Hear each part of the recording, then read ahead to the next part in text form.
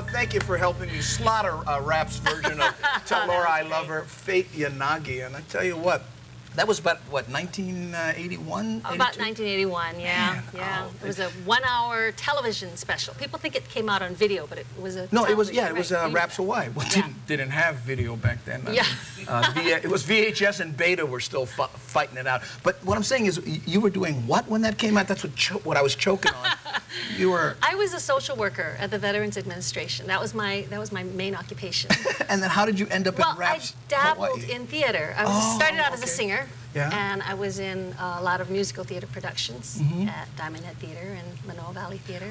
What was it like when this thing hit the air? How did your life change afterwards? Because it was wildly popular and still is, by the way. Well, I had a name change. People call me Fate.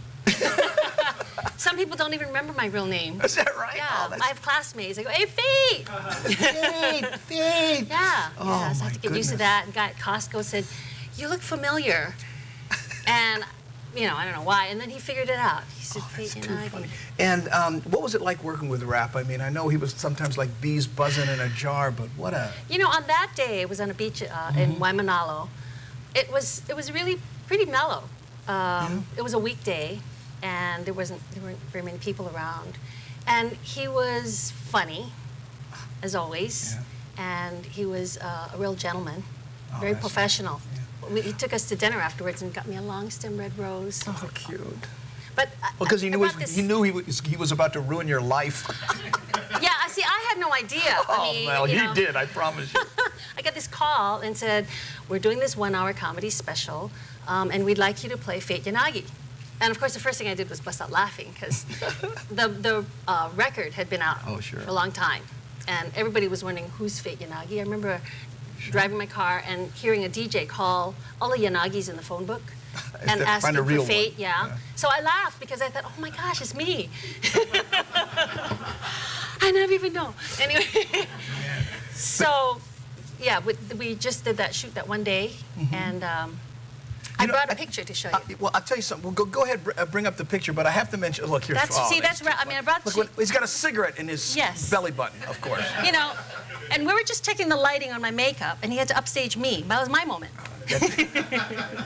But, you know, I'll tell you something, and you know, the young people that are doing Rap's material right now, there was a subtlety to his craziness. Like, when he's walking down the beach, and he walks to those people's picnic and goes, "Oh, sorry, but I said..." Yeah. It's so subtle in a crazy kind of way, the things people do when they're sad, you know. My God. So now, what did you do after Fate Yanagi? I continued to dabble in musical theater on our local stages, and then I got married and moved to New York City. So Well, you became Bernice Yanagi.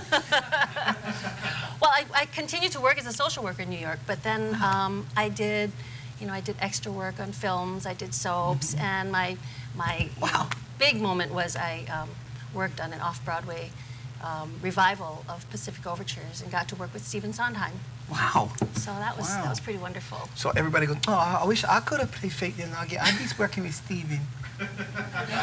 Did you show him the Fate Yanagi video? No, but I had it on my bio, and it said videotape available on request, but nobody ever asked. Can you imagine some guy in New York? Belberry Santos, I'm what? I know. Oh, that's too funny. The beauty of Rap's, his humor, though, was that even people not from here could understand it. I mean, that's what I'm saying. You know, I mean, he was a smart guy to do that kind of stuff. Oh, yeah. It looks broad, it looks crazy, but like, in other words, you know, upstaging you with a cigarette. Just watch this. Oh, I own the camera. That's where his genius was. It was amazing, you know. But now you're over at the theater department at Punahou? Yeah, now I work in the theater. I gave up social work. I had 3 kids along the way. I work in the theater department at Punahou School, which is Rap's alma mater. Yeah, of course. And I'm a performing arts costume assistant.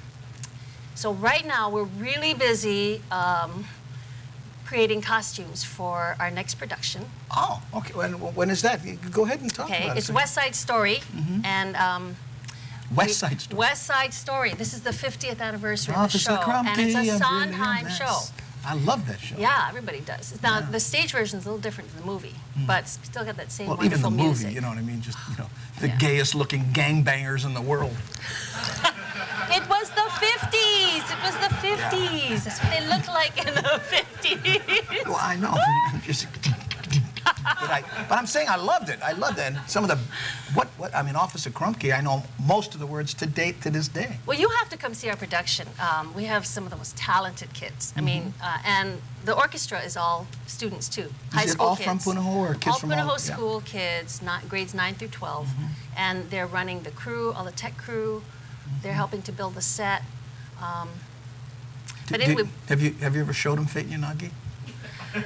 you know, lately, since H2Y did the Raps Hawaii, there was some publicity about Fate Yanagi. So I'm doing a fitting, I'm taking up a kid's hem, and he goes, Mrs. Akaka, are you Fate Yanagi? Well, guess what?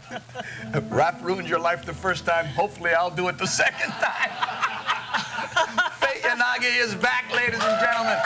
We'll be right back with Julie Anderson. Can you hang out? Can you stay for a while? Sure. Okay, when nighttime continues. Better hearing is better living. Come to Island Audiology for a free hearing aid demonstration. Dr. Robin Whelans will personally take care of you. As a doctor of audiology, Dr. Whelans' expertise really makes the difference. Testing, counseling, and offering the best hearing device for your budget and needs.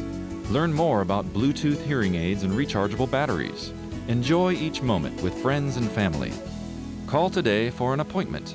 Better hearing is better living. The Honolulu Star Bulletin in midweek presents the Honolulu Gift Fair Made in Hawaii Spring Edition. Join us Friday, April 4th through Sunday, April 6th at the Blaisdell Center, featuring antiques and collectibles, apparel, arts and crafts, gadgets and toys, health and beauty, home and garden, jewelry, books, music, pet gifts, and more. With hundreds of vendors and free admission, you'll find the perfect gift. Shop early for Mother's Day at the Honolulu Gift Fair Made in Hawaii Spring Edition. Blaisdell Center, April 4th through 6th.